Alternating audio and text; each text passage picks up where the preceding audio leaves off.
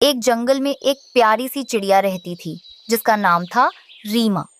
रीमा चिड़िया जितनी दिखने में सुंदर थी, उतनी ही दिल की अच्छी और समझदार भी थी। उसी जंगल में उसका एक जिगरी दोस्त रहता था, कालू कौवा।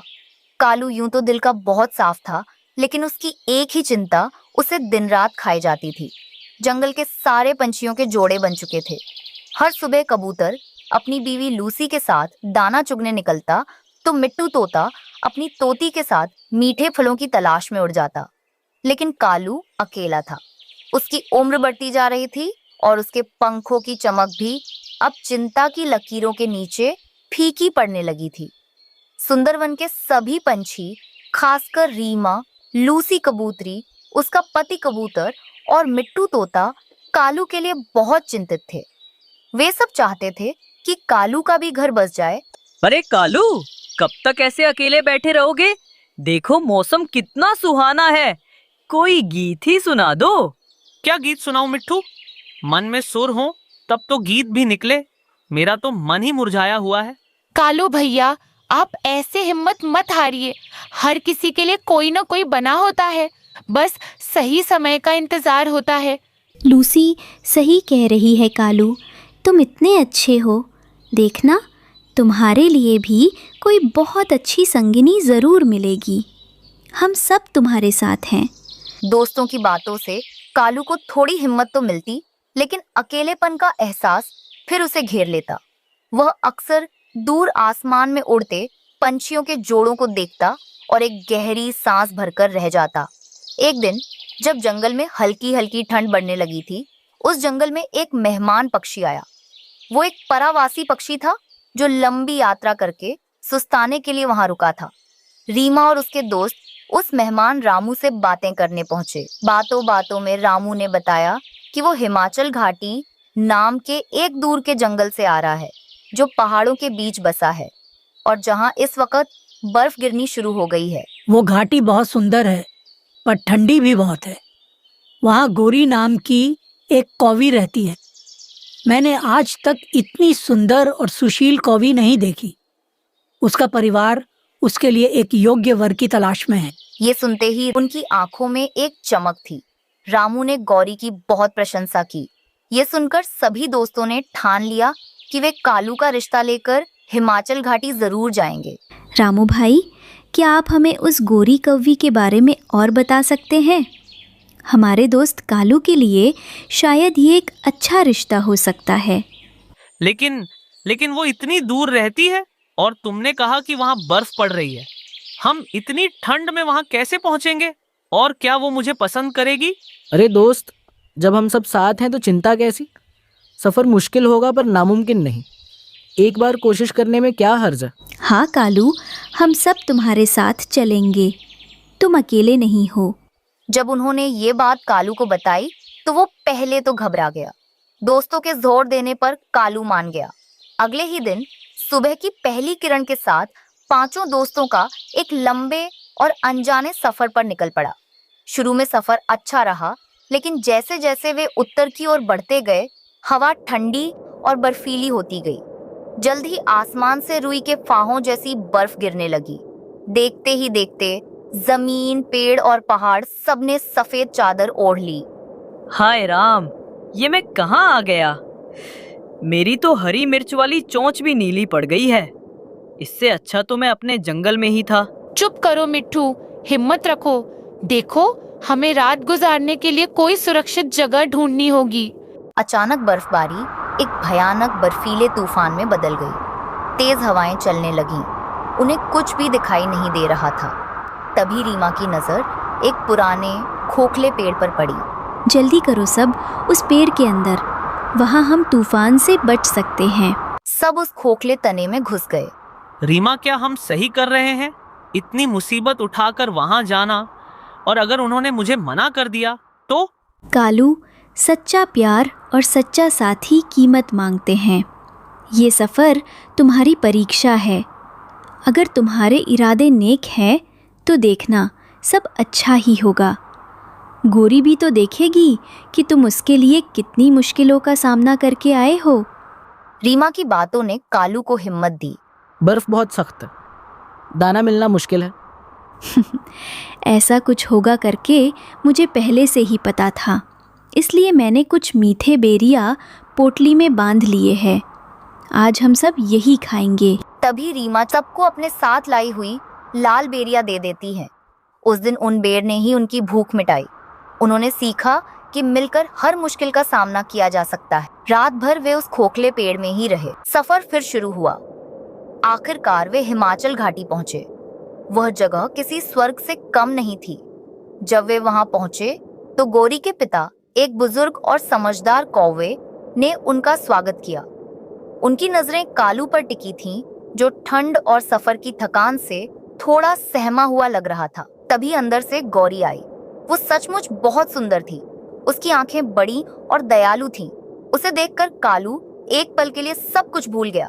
स्वागत है आप सबका। रामू ने आपके आने की खबर दी थी। सफर बहुत मुश्किल रहा होगा। जी, लेकिन हमारे दोस्त कालू की हिम्मत के आगे हर मुश्किल छोटी पड़ गई। हाँ, और मेरी भी। मैंने तो अपनी लाल मिर्चों का त्याग कर दिया इस सफर के लिए। मिट्टू की बात सुनकर सब हंस पड़े और माहौल हल्का हो गया। गौरी की नजरें कालू पर थीं।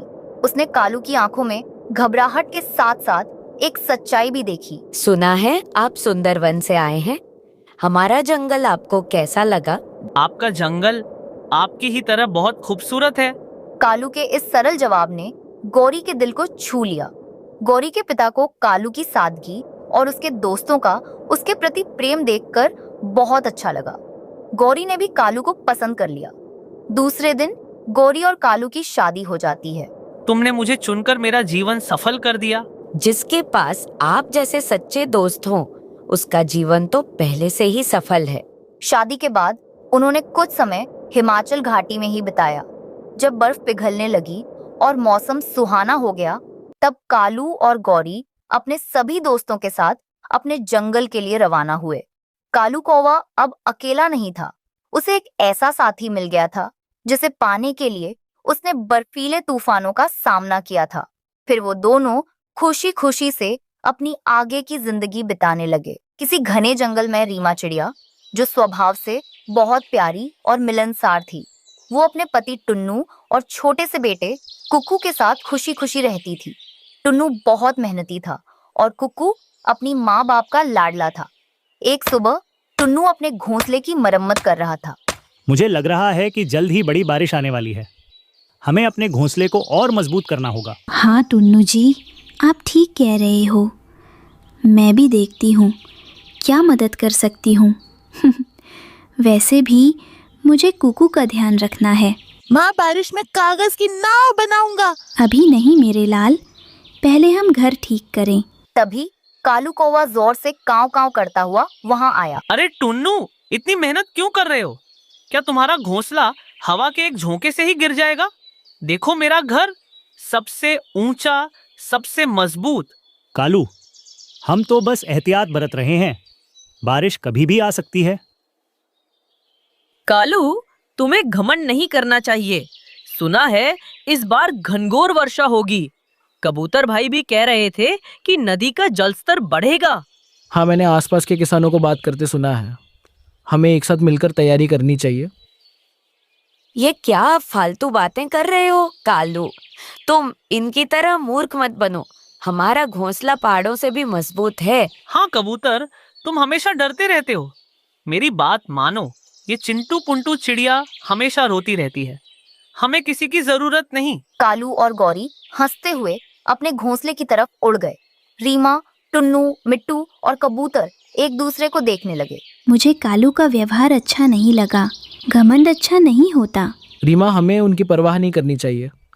हमें अपनी और अपने दोस्तों की सुरक्षा पर ध्यान देना है। कबूतर सही कह रहे हैं। हमें कुछ और सोचना होगा। सिर्फ घोंसला मजबूत करने से काम नहीं चलेगा। अगले दिन आसमान में काले बादल छाने लगे। पक्षियों में हलचल मच गई। टुन्नू सबको इकट्ठा करके, दोस्तों, मेरे पास एक विचार है। क्यों ना हम सब मिलकर पेड़ के नीचे जमीन पर एक बड़ा सा तंबू जैसा घर बनाएं। अगर तेज हवा और पानी से हमारे घोंसले टूट भी गए तो भी हम सुरक्षित रहेंगे। वाह, ये तो बहुत अच्छा विचार है। एक बड़ा घर जहां हम सब साथ रह सकें। हाँ, जमीन पर बना बड़ा आश्रय तेज हवा से बचाएगा हम मिलकर काम करेंगे तो जल्दी बन जाएगा। सभी पक्षी खुशी खुशी मिलकर काम करने लगे। वे बड़े बड़े पत्ते, सूखी घास और टहनियां जमा करने लगे। ये देखकर कालू कौवा फिर से आ टपका। ये क्या तमाशा चल रहा है? तुम सब अपनी घोंसले छोड़कर जमीन पर गंदा घर क्यों बना रहे हो? कालू, ये घर हम सबकी सुरक्षा के लिए है। आप भी आ जाइए, हमारे साथ हाथ बटाएं। हम कौवे हैं, जंगल के राजा। हम तुम्हारे जैसे छोटे पक्षियों के साथ नीचे मिट्टी में क्यों रहेंगे? हमारा घर सबसे अच्छा है। तुम सब मूर्ख हो। सुनो, अगर तुम लोगों ने यहाँ गंदा तंबू बनाया तो मैं तुम्हें यहाँ से भगा दूंगा। ये पेड़ मेरा है। ये जंगल सबका है और हम सब मिलकर अपनी सुरक्षा के लिए काम कर रहे हैं। आप हमारे काम में बाधा मत डालिए। कालू, जब मुसीबत आती है तो सब मिलकर रहते हैं। ये घमंड ठीक नहीं। वे गुस्से से उड़ गए। रीमा, टुन्नू और उनके दोस्तों ने हार नहीं मानी। उन्होंने दिन रात मेहनत की। कुछ ही घंटों में बरगद के पेड़ के नीचे एक मजबूत और बड़ा तंबू जैसा घर तैयार हो गया।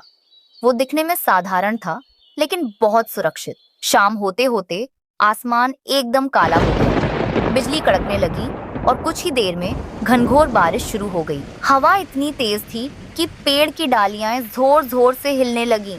माँ, बहुत तेज आवाज आ रही है। डरो मत मेरे लाल, हम अब सुरक्षित हैं इस तंबू वाले घर में। वाह, क्या मस्त तंबू बना है। यहाँ तो हवा भी नहीं आ रही। टुन्नू, तुम्हारा विचार बहुत काम आया। पक्षियों ने अंदर ही अंदर एक दूसरे को धन्यवाद दिया। वे अंदर सुरक्षित महसूस कर रहे थे।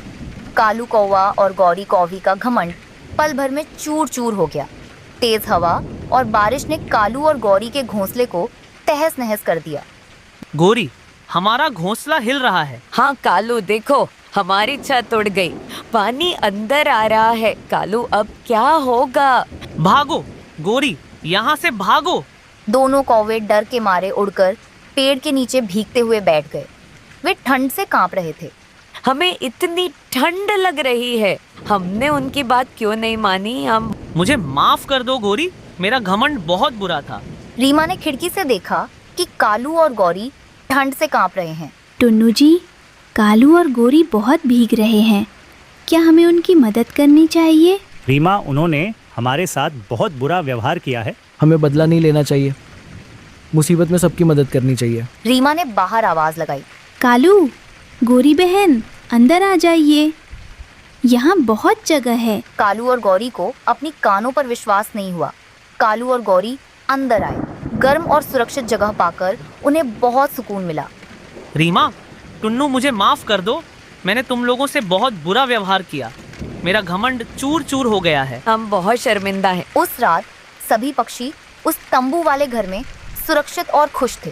कालू और गौरी को ये एहसास हुआ कि घमंड हमेशा धोख देता है और एकता में ही